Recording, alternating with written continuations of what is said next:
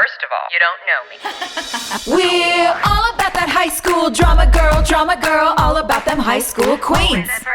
We'll take you for a ride in our comic girl, cheering for the right team. Drama queens, smart girl, rough girl, fashion but you're tough girl. You could sit with us, girl. Drama queens, drama queens, drama queens, drama queens, drama queens. Okay, season 7, episode 10, You Are a Runner, and I Am My Father's Son. Air date November 16th, 2009. Hey, drama queens, you have me and Mr. Robert Buckley and Mr. Paul Johansson, who directed this episode. Say hello to your fans, Paul. Hello to my fans and not hello to the other people. Well played. Well played. Let's set the tone at petty and just run with it. I'm feeling a little Dan Scottish. Paul, will you read the synopsis for us? Nathan reaches the breaking point with Clay, causing a rift between Haley and Quinn. Quinn is played by Chantal Van Santen. Right. Don't everyone remember that.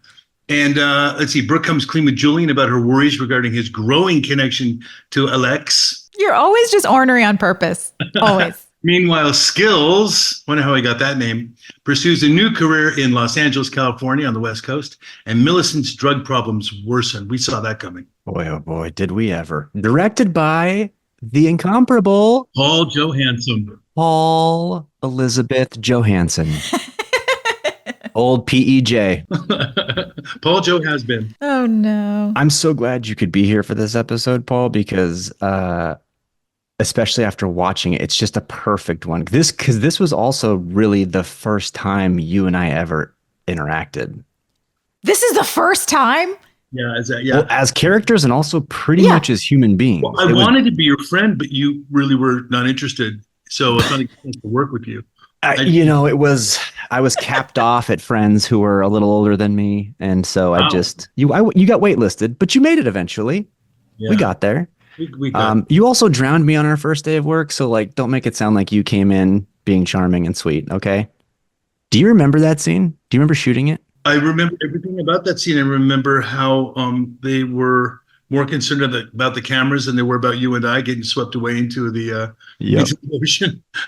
What happened? Well, it wasn't calm. It was a bit wavy. And, but look, the crew is fantastic. They were awesome. They were really cool. But the water was always nice, right? Water wasn't that cool.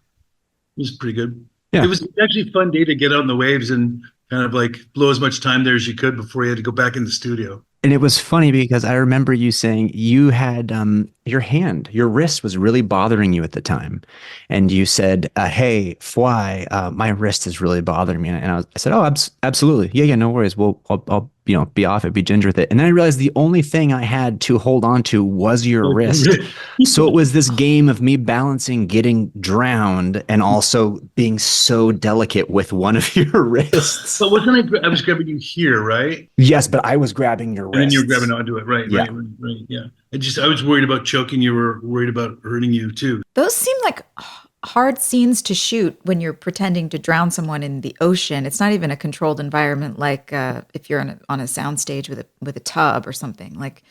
That seems really difficult. Except the thing is with him was it would look bad, I think, if he just kind of made himself fall into the water. So I do remember being a little bit kind of I'm a bit playful, but I remember kind of sweeping his feet one time. So he would splash. Rob, did that piss you off? I didn't remember that. I did. I swept your feet one time. Because you weren't down easily. And I'm like, oh. I think it's a great choice. I wonder how I felt about it. Because I was curious about Paul coming into this. Because like I said, we hadn't really had any off-camera time together. Were you scared? I would say it was a mix of... there was probably an element of intimidation because you had been there a while and you're also you're lovable, but you're dickish. And so I didn't know how to read that at first. I didn't know if it was, of course, back then I was taking everything personally. So it was, does he not like me? Is this just the way he riffs?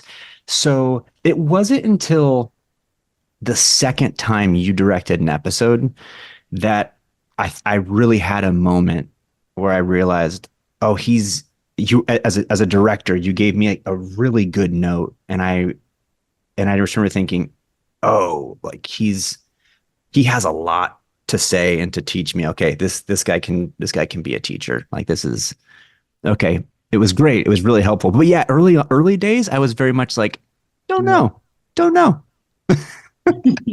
I do want to comment on that idea because I think Joyce brought it up, and I think some of the other actors have too. And it's the on-set way for me not to get Snidely Whiplash bad guy mode head where I'm just being bad in the character is to make it fun for me to be that. And I know you understand that because you do it too. When you're in the work and you have to do things that are outside of I'm Canadian, so I apologize for everything all the time. Mm-hmm. So in order to get away from that as an actor, because it's really not serving me as an actor to constantly apologize when I'm playing a character that doesn't even know what the word apology means, I try to make it playful for me so that when you say I don't know if you said dickish or whatever it was, that is true, but that's a way of tapping into a way in my brain for me to make the character kind of more have a twinkle in my eye as I do the stuff like that I'm doing. Does that make sense? Yeah. Yeah. Yeah, every character has to be approached differently. And when you play a character like that for so many years, on and on and on, yeah, there's got to be ways to sort of figure out how do I stay in this zone, but also not just fall into misery about like living in the life of the brain of this character. Yeah. But it's also for you guys too on the set and for the crew, the other people that have to be around, like a Dan Scott kind of character to when you're walking around and you're kind of being a little bit playful in between scenes so that, because that energy, as I said in many other podcasts, especially with you, Joy, I think I've said it before, is it's kind of can be misconstrued as me. Now I am kind of I love to test boundaries sometimes. I like to see where people are. I want to know who they are. I do enjoy that process. Yeah. But the truth is, and this is I'm gonna get Robert's gonna like laugh and his pink fur or yellow fur coat's about to like get ripped in pieces because he's not gonna believe this. I'm actually super shy. I really am. And so all of that is like a Jim Carrey kind of way of making me not have to be me in order to be able to play the part, if it makes any sense. Yeah, I think that's intrinsic to a lot of artists and the idea of pushing boundaries and, I mean, I think so many artists are like that. We try and figure out what the boundaries are so that we know how to play. We know how far we can go. Yeah. Yeah. You're always testing the fence.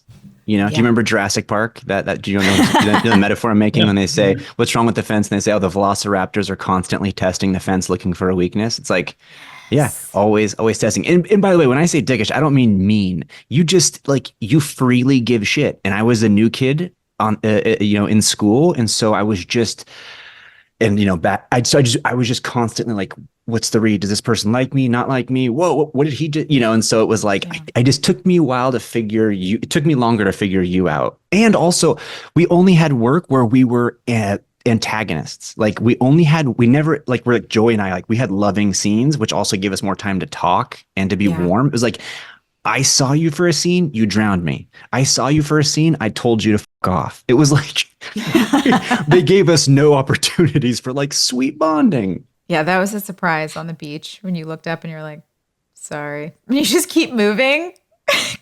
Clay's so like, I'm not going to acknowledge you. You guys ever read what the fans were saying about that move on the beach? No. You never read all this stuff they were writing? No. It built sympathy for you. It built huge, it built a really good kind of people were seeing a side where, because you're usually totally in charge, and then somebody's coming in and going, yeah, how's water taste?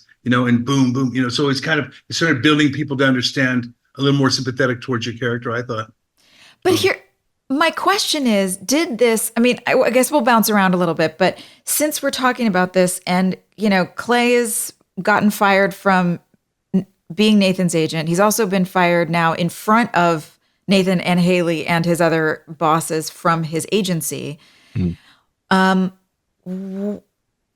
not sure I understood the purpose of this moment in the story of Dan drowning Clay or Foe drowning Clay and being like, your new life starts today. And I mean, I get that's Dan's shtick right now, but Clay at the end then goes and gives this speech to Nathan and he's apologizing. And wouldn't he have done that anyway? Like, did it really accomplish anything different for Clay being drowned? I had the opposite experience of you. It made complete sense to me. Okay, tell me. Well, Dan is still looking out for his son, even though he wants nothing to do with him. He used his talk show to get rid of the Renee problem. Yeah. He found out Clay misstepped and he checked Clay real hard. And what was interesting about that scene was there was scary Dan, but then as Clay's like, you're a lunatic, walking away, Dan hits him with some serious life coaching.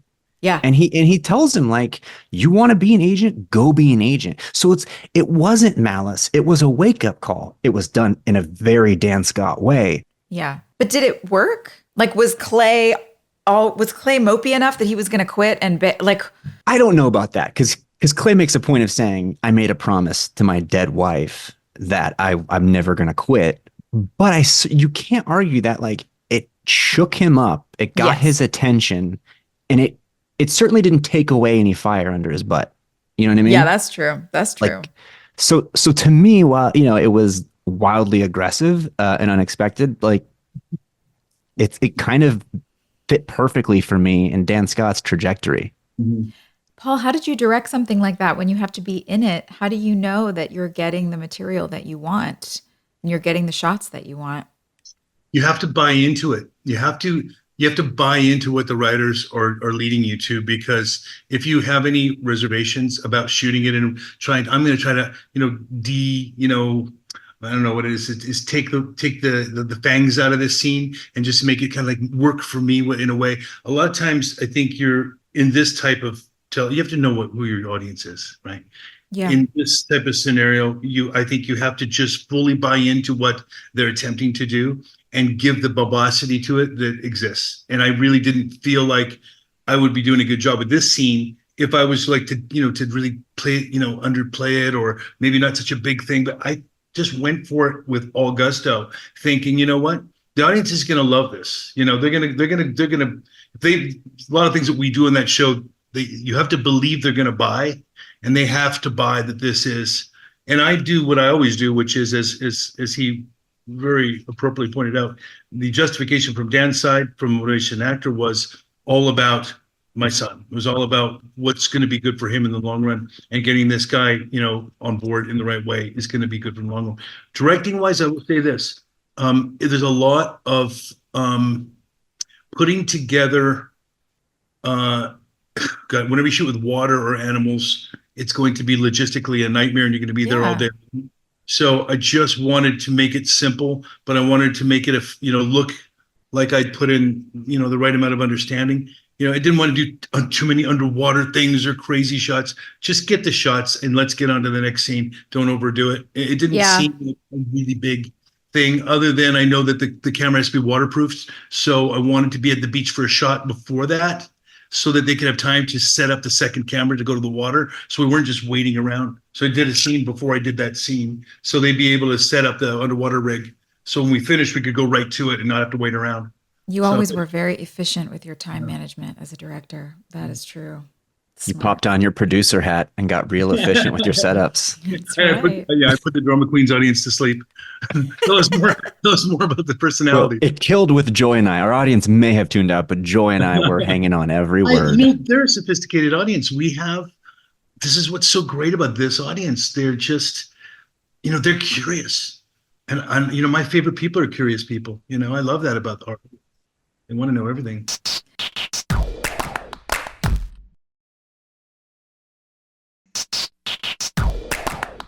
While we're talking about Dan, because I have a question about this. So in this episode, Rachel goes with Dan back to Tree Hill, and she's standing in the high school hallway. She asks Dan to meet her there, and says, we should shoot an episode here in the hallway where you killed your brother. And Dan's response is so wide-eyed, and Rachel's being so obviously entitled and just has this general disdain for humanity that feels so palpable.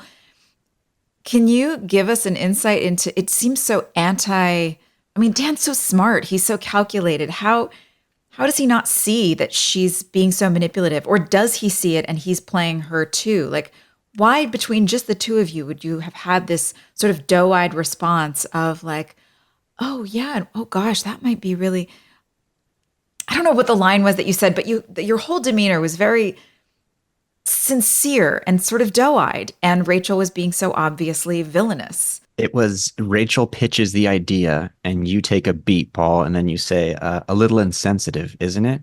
And without skipping a beat, she says, not as insensitive as murdering your brother. Mm-hmm. Well, I mean, first off, I do sometimes like to give credit for a lot of our writing team really sometimes would give us some very interesting things to deal with. And I thought that was a pretty interesting choice. I always play Dan. The one secret I always played with Dan was he's in the know. Dan is never not in the know. So the fact that I'm aware of what she's doing, exploiting a terrible, terrible school shooting and a huge, huge issue that I had with even shooting the scene in the first place and having to kind of roll over in my head as a human being to play the part that would do that. And then seeing, well, look, if you point out ugly things to the world, then people can see that there's broken people in the world that do terrible things. And as opposed to, being unaware, or we have to be sophisticated in our approach to horrific inhumanities on our planet, and pretending them away in television does nobody a good job, a good service. So I was okay with my character pulling that off. I didn't anticipate it being such a profound thing and actually saving the show from being canceled, from what I understand. The shooting. Yeah. But so now when we're talking about exploiting that, as a person, my first thought was, ooh, this is going to be touchy. How am I going to do this? And then I thought about it from the character's point of view. And he, I don't think Dan has the same motivation as her in the end. In a weird way, they're both using each other. She's using me, money, fame, glory. So Dan knows. Dan's fully aware. 100%. And so, but there's an agreement. I almost feel like the Rachel-Dan marriage, they sat down and negotiated. They didn't fall in love. Oh, I love that. I always felt that, Yeah. So part of the negotiation wasn't that I was going to exploit my brother's killing situation. And that this is not in the contract kind of a moment. I feel like that's the way that I had dealt with it in my head. Does that make sense? Yeah. And can I say, as a viewer, I liked it because this season has done a good job of blurring the line on whether Dan has changed or he's still the same guy with a great hustle. Yes. And I liked this line because it was a moment to me where I couldn't figure out whether I was getting a peek behind the curtain at who he's becoming, or if it's just a great long con hustle. Mm-hmm. I think we have to play that line, that balance, stay on that line. If I ever commit to either side on that line, which was part of my conversation with the creatives, was that I can't truly show that either this is all a big act or that I've actually converted. I have to balance the line as often as I can, as close as I can, to not letting the audience know which side of that line I'm on, so that it creates a more compelling, dramatic twist for the series. It works. Yeah. It really works. I mean, it's why he's one of the great villains of television. Well, that's what I loved about this role. You guys have all these incredible interactions with each other, and you're all the same age, and you're all, you're having kids and falling in love, and you're doing this and all these things. And I get this character that kind of gets all these incredible nuanced things that have to be, kind of winterwoven. So that's why I was so grateful to be able to play the part, It's fun to watch. I mean, it's really fun to sit and try and figure out, what am I watching? Like, what am I seeing? Is this a person who is, like you said, Rob, has he changed, or is this a long game? This is a long game hustle. And I'm really enjoying the interaction between Dan and Rachel. That is the biggest surprise of this whole season that I never knew I needed in my life. But because when the show was airing, I wasn't watching it at the time. By then I was in my own world and just going to work and doing my job. So to come now and watch it, it's so satisfying. And let's give her some credit, Danielle some credit, because I really love actually working with people that roll with my insanity. So when I'm in a scene as Dan and I can't always tell you where it's going, she's always like one step with me. She's never not picking up on what I'm doing. She's going, oh, that's what we're doing. Then let's do it. She's so game as an actress that it made it super fun and super sort of fresh. Every scene was so fresh because she knows her stuff.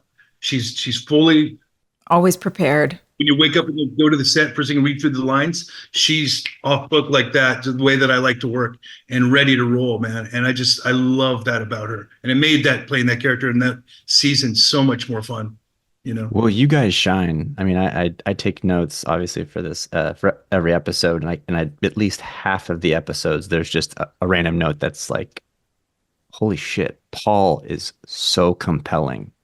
You know, Dan is quickly, it's funny because when, we started doing conventions, I had a little backstory. I've never, like, I don't know the show. When I signed on, I quickly binged, I think 5 and 6, but I've never seen 1 through 4. So when this podcast opportunity came around, I've said, I'm basically approaching this as a first time viewer. Because when the show ended, I was like, great, done, never going back. Yeah. So I am now watching this basically as a first time viewer. And so when we were doing conventions and I would see so many people loving your character and all I knew was sort of the big broad strokes. I think that's so interesting. And I got to say, now that I'm actually watching it as a viewer, I totally get it. Because even though you've done some bad things, I'm like, but I'm interested. When he's on the screen, my eyes go to him. I want to know what he's up to. I'm on for the ride. Yeah. So yeah, you kill it, man. And Daniil does as well. You two together are so much fun to watch. Well, I mean, I think Nathan and Haley have a really one of my favorite dynamics. And for me, working with Joy, I think that's how we became friends, was because we just had such a good professional, chemistry. Our characters was so interesting to watch Dan and Haley scenes. And I always see Dan and Haley, not Haley and Dan. Yeah, we did. We had a lot of fun. It was easy. I mean, talk about just rolling with it. Like I think we recognize that in each other, and that's always a fun thing to encounter in an actor. Who did you have great chemistry with, Robert? Like, who did you feel your character had the best chemistry with? Like, you know what I mean? Oh, I mean, I would say by virtue of our relationship. I mean, Chantel and I, because we went into it sort of in like we got thrown into a foxhole together. We were the only 2 new people and we had most of our stuff together. So we bonded real quick. And then we just developed kind of a nice shorthand and it made the work very easy, very natural. I really enjoyed working with James. Yeah, I was going to say, like, you two were so easy to watch on camera. It worked. And it's funny because James, I have a couple friends in my life who, for some reason, when I get around them, it's like catnip. I can't help but just want to make them laugh. And I'm like hyper. And James is one of those, I think, because he's pretty quiet, still, stoic. And it brings out like my inner kid. And I'm like, let's laugh together. So you just like want to poke him like, hey, 100%. Laugh. Hey. Yeah. I was always trying to make him laugh and do the outrageous. So yeah. He's got a great sense of humor. He laughs really easily. He's so easy to be around. Yes. One person that each of you, and I'll answer this too, would have loved more scenes with? Oh gosh. Well, Dan, I mean, you and I we would have had way more fun. But I mean, it was so few and far between when we actually did get to interact together. What about you, Rob? I found myself, it's funny because when we watched this episode, I didn't remember at all that you and I had a scene in the bar where I'm drinking and you're like, this isn't what I meant by get your life together, And then you invite me to have a drink with you. Yeah. And so I didn't remember the scene at all. And I thought, I want to see this scene. I want to see these 2 dudes sit down and talk. Yes. They've both got history. They have a shaky relationship. They've only met once and it was during a drowning. Like, I want to see the scene. So I would have loved to have seen more of Clay and Dan. Although I will say, honorable mention, Victoria. Oh yeah. Dude, she's an assassin. I would love to watch the banter between Clay and Victoria. I was just going to say, if I had one character on the show, I would have liked to have more scenes with, because it would have been Daphne. They could have created such an amazing storyline for the 2 of you for some reason to get into cahoots together about something. That would have been a ball to watch. Dan and Victoria have to try and one-up each other or try, negotiating something, or I don't know. Well, speaking of negotiating and Good segue, Joy. Yeah, I gotta say, there's some real bad agenting happening in this episode. I don't know. I mean, I get from Clay's perspective that he's like, holding out for the best. But Millie getting an agent and the agent asking for $500,000 for a post-campaign, like she's already done it. She's already worked for free. I'm so confused. Listen, this is going to be an unpopular opinion, probably. I can't stand this storyline. Yeah. Please also don't hear what I'm not saying. I love Lisa Goldstein. Yeah. And she did this role as well as you could have, as well as anyone could have. She did great. Yeah. But this is just such a heavy-handed after-school special cautionary tale where they've even changed. It was sort of like I said the other week, like they etch-a-sketched her character and were like, give us a cliche model trope. Like she's done one thing for Brooke. She has an agent asking for $500,000. She's already doing cocaine to keep up with it's been like 2 weeks and she has completely hit rock bottom. Like what the hell is that? It was so dumb. Also, come on, you don't leave coke out in the open on the mirror. You put it away, you save it because that's precious to you, you know? And like, you don't leave the dollar bill rolled up on the ground. So much. I was curious about how you felt about directing this, Dan, because I know it was all in the script. Exactly the same as the water. You have to buy into it, and you have to put it all on display, and you try to make it as real as you can and leave the judgment to the audience. You have to. You can't envision things that you may not be fully on board with, and then try to recreate the show for the creators. I think if it's a feature film, we sit down, we talk it through, we work it out, we cut what isn't essential, and we say, can we play this instead of show this? Is there a way we can play this as an artist, as an actor? Can the actress play this instead of indicate with all these little things around her? Can she be demanded as an actress to go inside and show us the turmoil she's going through, the depth of the pain, the frustration with these choices? Is she doing the right thing? All that stuff through her behavior without it being, as you said, these cliche tropes. But I can't do that as a hired gun on a show that has asked me to facilitate their ideas. It's not a battle I want to take on, and it's not appropriate for me to do that. I took the job. So what I do is I go, okay, let's put everything they've asked for in here. Let's do our very, very best. Let's give them plenty of coverage so that they can cut around what isn't working. And let's just talk to your actors and say, do me one favor.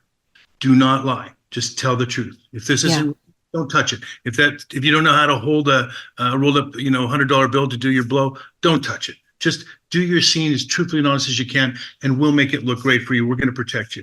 I don't want anybody faking it. So that's the only way that you can get through a scene like that. Does that make sense? This is one of my favorite things about you as a director, because we worked with so many on the show, and I've worked with directors who feel awkward about the material, and they lean more into their shots and more. They just kind of try and almost stay away from the material, like pretend like it's not there. And they focus more on the lighting and the shots. And it's like, well, just get through the scene and then we'll move on. And you always lean into it, which seems so counterintuitive, but actually by pushing in and making it much more human and just about the human interaction that's happening between the people, then the sets don't matter, the lighting doesn't matter, the costumes don't matter. Nothing else matters except the emotions that the two people in the scene, or however many, are feeling. And I will buy almost anything in that scenario. And I learned that from you. It's really such a valuable lesson as an artist. And that's what we see here in this scene. I just want to thank you for giving me such a beautiful compliment. It means everything. Absolutely. It's so true. And that's what we see in this scene. Ali did such a beautiful job. I was really, he was so still. He was so he was disturbed, not flustered.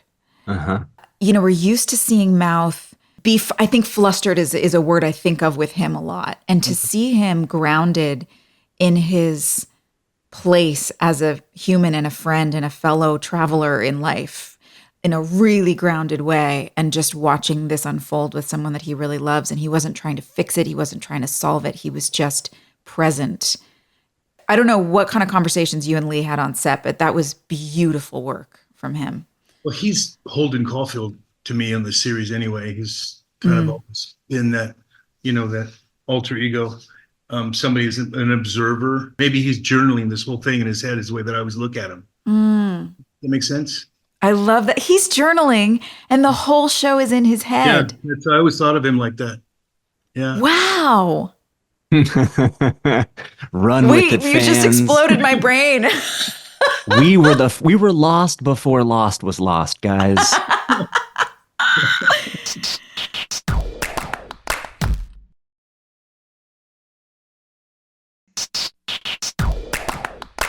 Let me ask a quick question, Joy, because I'm aware that I'm coming at this with a limited scope of the characters and their histories. But because you've spent more time with Millie, when you are watching this particular story arc, do you see any of Millie in it? I was looking for her and I didn't.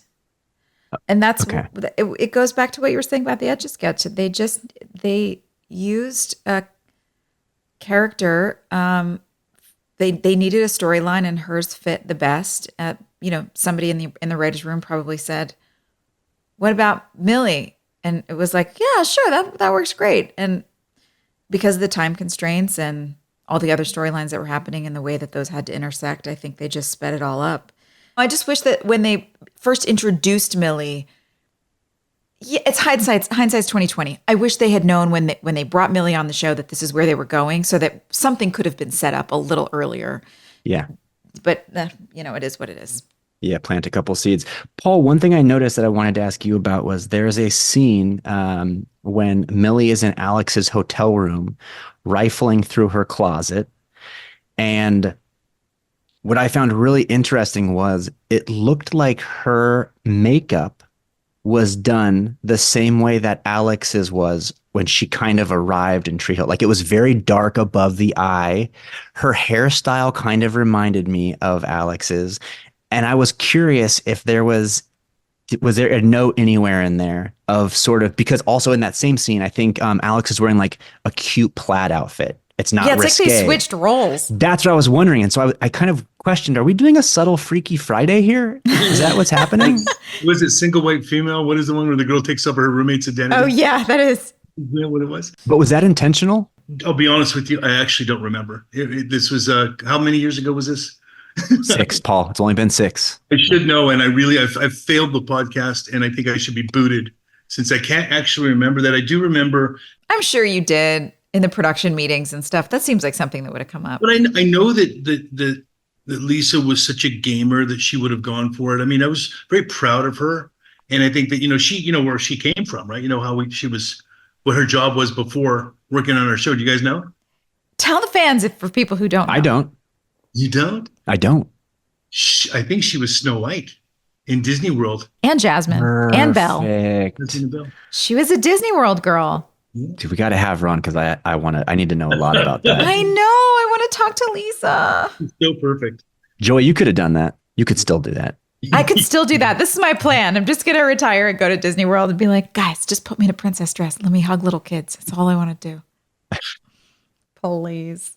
Yeah, no, I was very, very thrilled with her work ethic and her willingness. And you guys know, there's a lot of, I try to make it safe, and there's a lot of ask to dig deeper and stuff like that. And she was so game. So although I don't remember the makeup question, which I think is really interesting, and there's something in my head that there was something about that, but I just can't be 100% certain. But I was really proud of her work. I think there was a lot intentional about the makeup, because I noticed under the darkness under her eyes that was happening. So whether that was something that y'all talked about in the production meeting or just something darkness, you think it was something about that, yes. I just don't remember if it was to match Alex's look. Yeah, but she did great. Something I noticed early was there's a scene with Antoine and Allison Munn. Lauren. Oh, Miss Lauren. So it's the scene where he wakes up and he rolls over to check his phone, and she says, "Antoine, what are you doing?" And this was the first time I had ever heard his character's actual name. I didn't know they shared a namesake. And so I gasped going, no freaking way. They accidentally let his real name slip through the final cut and then realized, no, dum-dum. They just probably named the character Antoine. Yeah, Antoine Taylor. Not Antoine Tanner, but pretty close.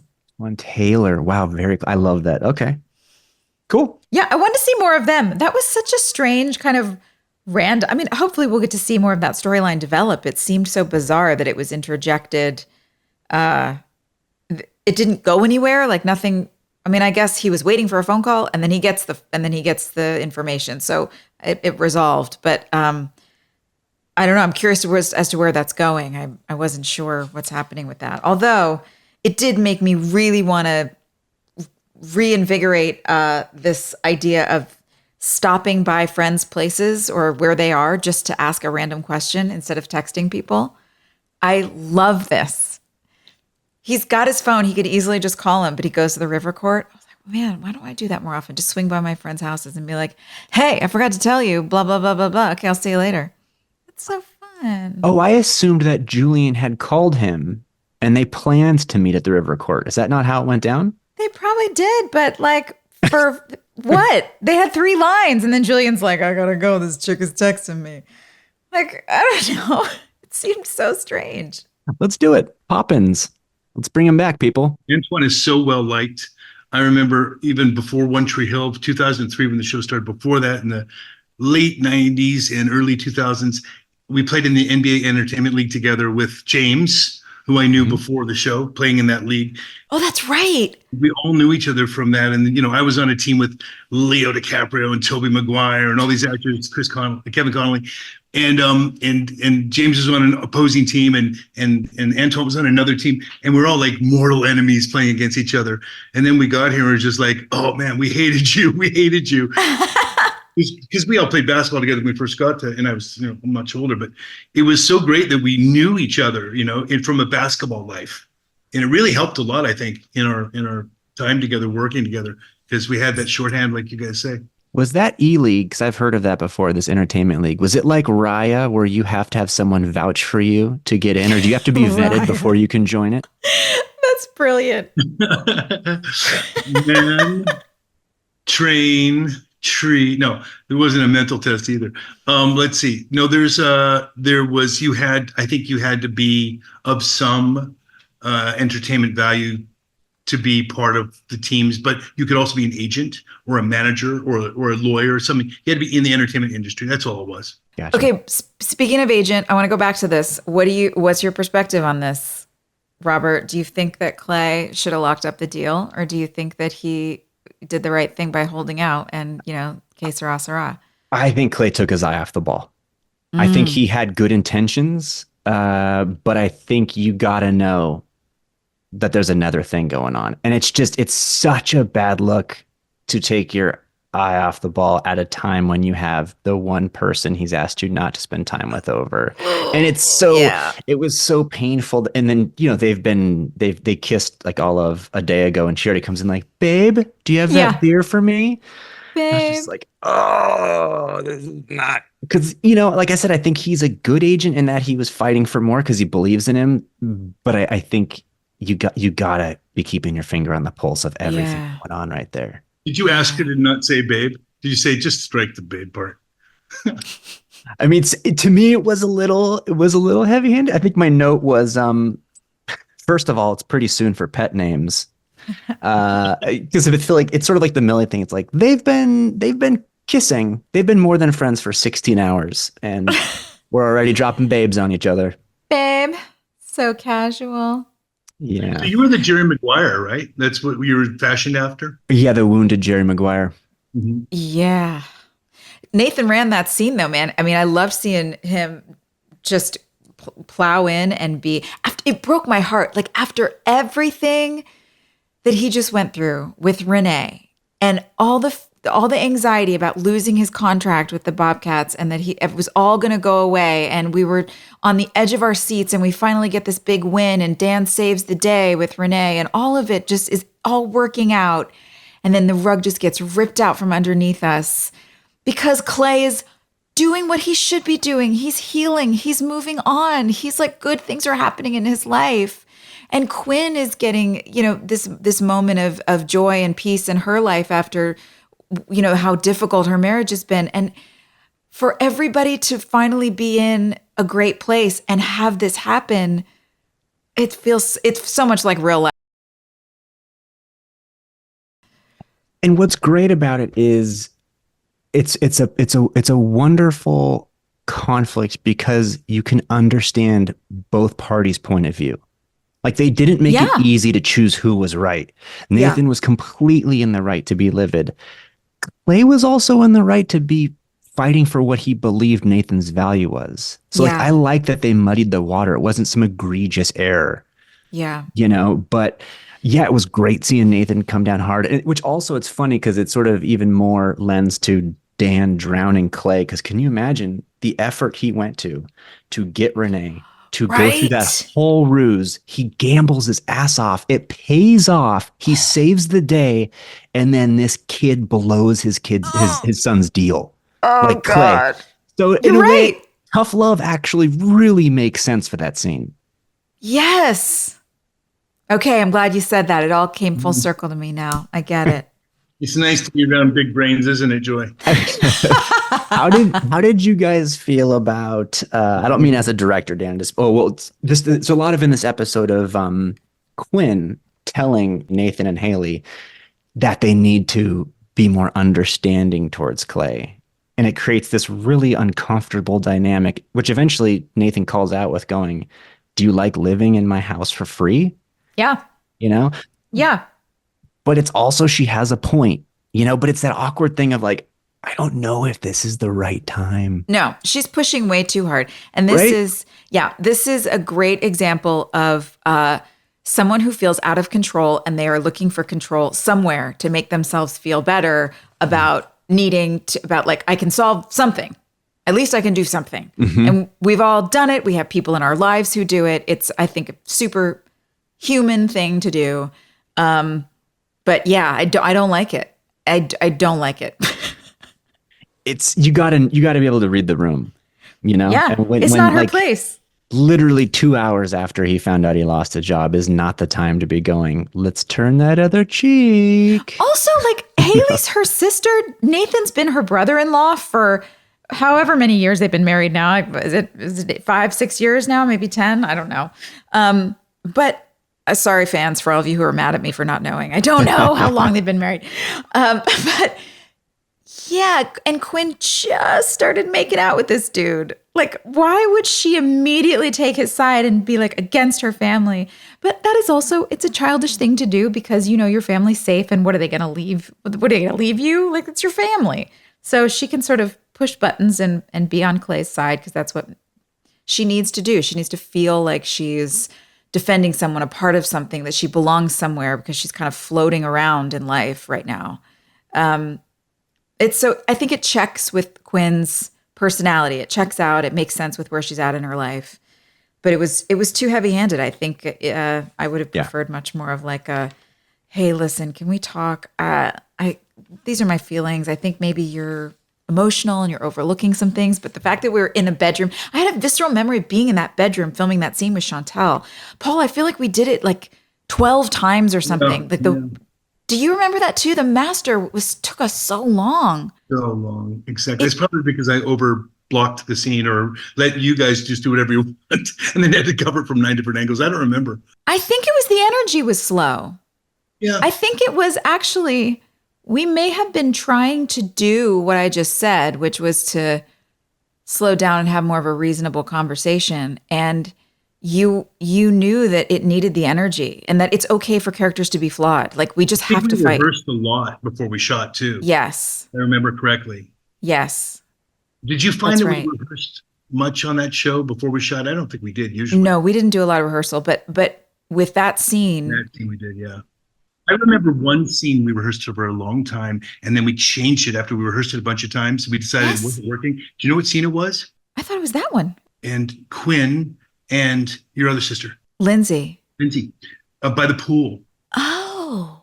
That was a different episode, but we had to rehearse that forever. Something wasn't clicking immediately. I think we were going so far, so fast that it wasn't like feeling organic. Yes. And we kept rehearsing, trying to figure it out. I don't know if you remember this scene. I do. I remember that. Yeah. Going back to just pre this bit, when Clay gets fired in front of your whole family, in front of Nathan and Haley. I love that moment. What was funny though was the super dramatic. He does like the Charlie Brown walk out of the house, and he stops and he picks up a picture of all of them, and then puts it face down on the counter. I thought, oh, that's so funny. That's such that was written in the script. Of course it was. Listen, I'm like you, Paul. Don't put that on me. My North Star is like, let's keep it honest. My North Star is always, how can this be as subtle and grounded and honest as possible? There is no way between the two of us that we thought, that's a killer idea. That was 100% in the script. A photo that's never been seen before on the countertop. Never. On a part of the countertop where you never would put pictures anyway. Well, in my house, I wouldn't. No, it was absurd. The last thing you'd be doing in that moment is spending any extra seconds in that house. That's right. Could you imagine that awkward tension in the room and you stop to look at a photo? And then there's this other funny beat though, where Nathan asks Haley, hey, like he's questioning it. He goes, I don't know. Do you think I made the right decision firing Clay? And you take a beat and you go, I don't know. On one hand, he's Clay. You guys have been friends for over a year.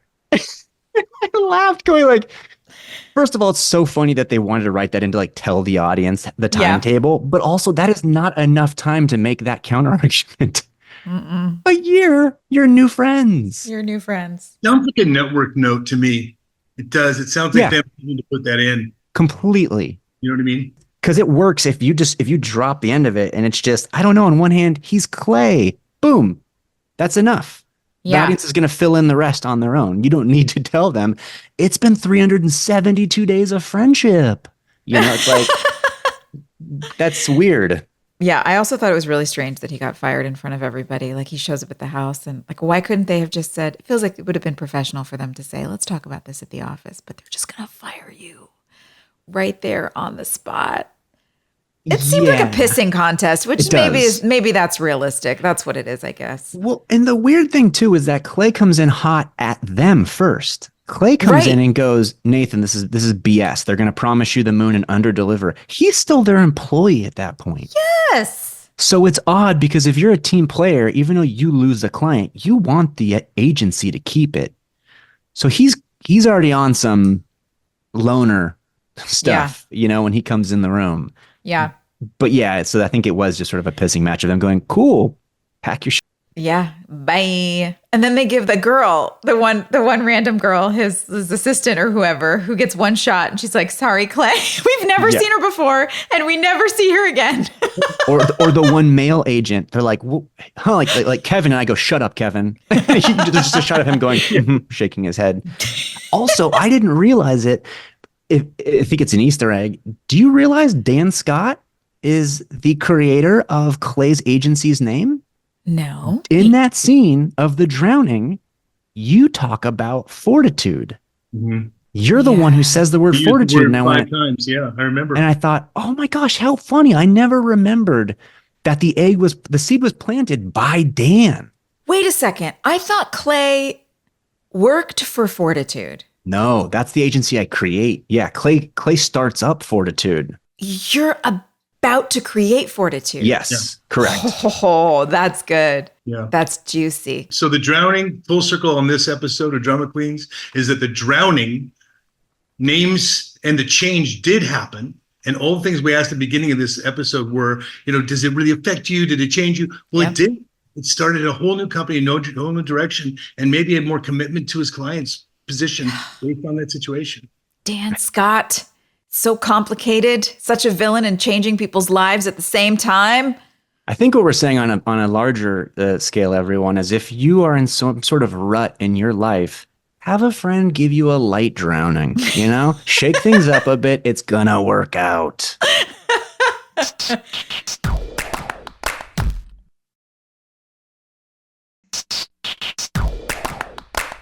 Brooke and Victoria, I just want to make sure we touch on them because this storyline of Brooke not finding out that she can't have children, hearing that from the doctor is so Huge. heartbreaking. Huge. Sophia did such a beautiful job in this scene. She Beautiful. always shows up when there's just, especially with the real raw emotion. I mean, it broke my heart. She really, that's heartbreaking for that character. And the fact that she had Victoria come into town and Victoria says, "You called me." And Brooke says, "No, I didn't." She goes, "Well, a midnight call with no message is a call." And Victoria shows up, and we start to see the beginnings of Brooke and Victoria as partners instead of two people who just hate each other and have no idea how to function with each other. And it was really exciting to see that. Well, that may be my favorite scene in the episode, to be honest with you. Yes. I thought they were both, sublime. You're talking about the Brooke and Julian scene when she confesses to him that she can't have kids? Yeah. Dude, they were so good in that scene. I'm glad that we didn't wrap the episode without talking about that. That scene was so well done. It was so gentle and honest and sweet. I thought they both crushed it. And groundbreaking, too, for the show. I don't think we had anybody have that problem for Montreal until then. Yeah. We needed to get that. It felt so real that it seemed to me like it probably got shot very quickly. Like they both were so dropped in. I don't know. I mean, I wasn't there. I don't remember if you remember, but it just seemed so simple and clean. And on a lighter note, Victoria at Trick telling Grubbs after he correctly predicts her exact drink, "I'm looking for a lover and you just made the list," was probably the line of the episode for me. So great. So great. Victoria being toasty at Clothes Over Bros and leaning on all the clothing racks as she's talking. It was such a great example of acting drunk by acting sober.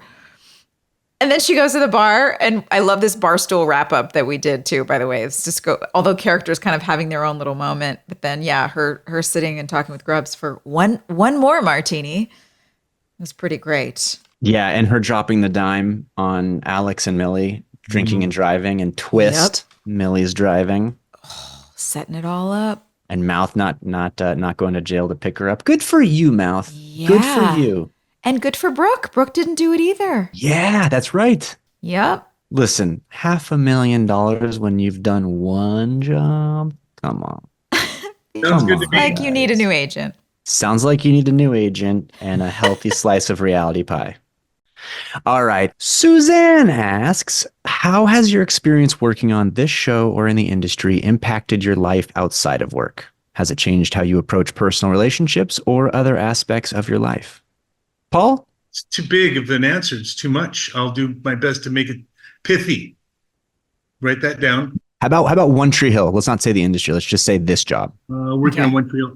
I have my second family because of it. I have my lifelong friends because of it. I have this beautiful people I can go to with all those years we spent together. I sometimes wish we had kept together more, but that's the greatest gift from it. The fans I've never had any fans from any other show I've ever done, and I've been on a few like this. And how does it approach my personal relationships? It's complicated because it's part of now. I know this sounds maybe there's a little hubris in here, but if the show had impact, more than I ever thought when we were shooting it. 20 years later, I'm still approached on airplanes and in restaurants and stuff like that. And it's a huge, and I go, oh, that's right. I was on a TV show because, I forget why you're coming up to me. Yeah. And it's sweet. It's very sweet. It's all in how you take it. I had one girlfriend one time, long time ago, that was really irritated that I was being approached all the time. And I said, what bothers you about it so much? She goes, well, they don't know you. And I said, no, they do. To them, they do. And you should be good to your fans. You should be. They're the reason we're here. It's, I don't know, silly. That's a little light answer, but I'm going to leave it. No, it's kind of the same one that I was going to have. There's a huge answer. I think any profession has a massive effect on your personal life. And what's hard can be the hours. I've definitely had, if we're going to stick with this show, I think it's the same thing that Paul was saying. Like you never quite know. When I'm making a new friend, I don't know if they've seen the show or not. And sometimes that can be awkward. And sometimes it's not. I don't know. I mean, the industry in general has affected my life in terms of, it's mostly just the time that a lot of people don't have our schedule. And I have lost friendships because there are people who just can't understand the time constraint, and they can't understand the demand that's put on us. And it's like, I've called you, where have you been the last 4 weeks? And I'm like, I'm so sorry. I was filming 14 hours a day. I just in Bulgaria in a castle in a cold dress. Well, yeah. Well, I usually don't say that. What are your glass slippers too tight? But like you try, but not everyone is cut out for being in relationship for someone who's in this industry too, because it's the circus, and you can't be as consistent as what some people need. Yeah. So you find different ways of connecting with people, and that's okay. But that's been a hard lesson to learn. But I've been given so many gifts, and so I've learned so much as an artist and as a human just from. It's too big of an answer. I've learned so much, and I love it. What about you, Rob? Yeah, friends, definitely. Like when we do these, like this show and when we do conventions, it's fun for me because it's like I really get to see this group of people I like, and we have this incredible shared experience. So I'm very grateful for that. And to be honest with you, this show helped me get to a place where I finally found my way to therapy. Really?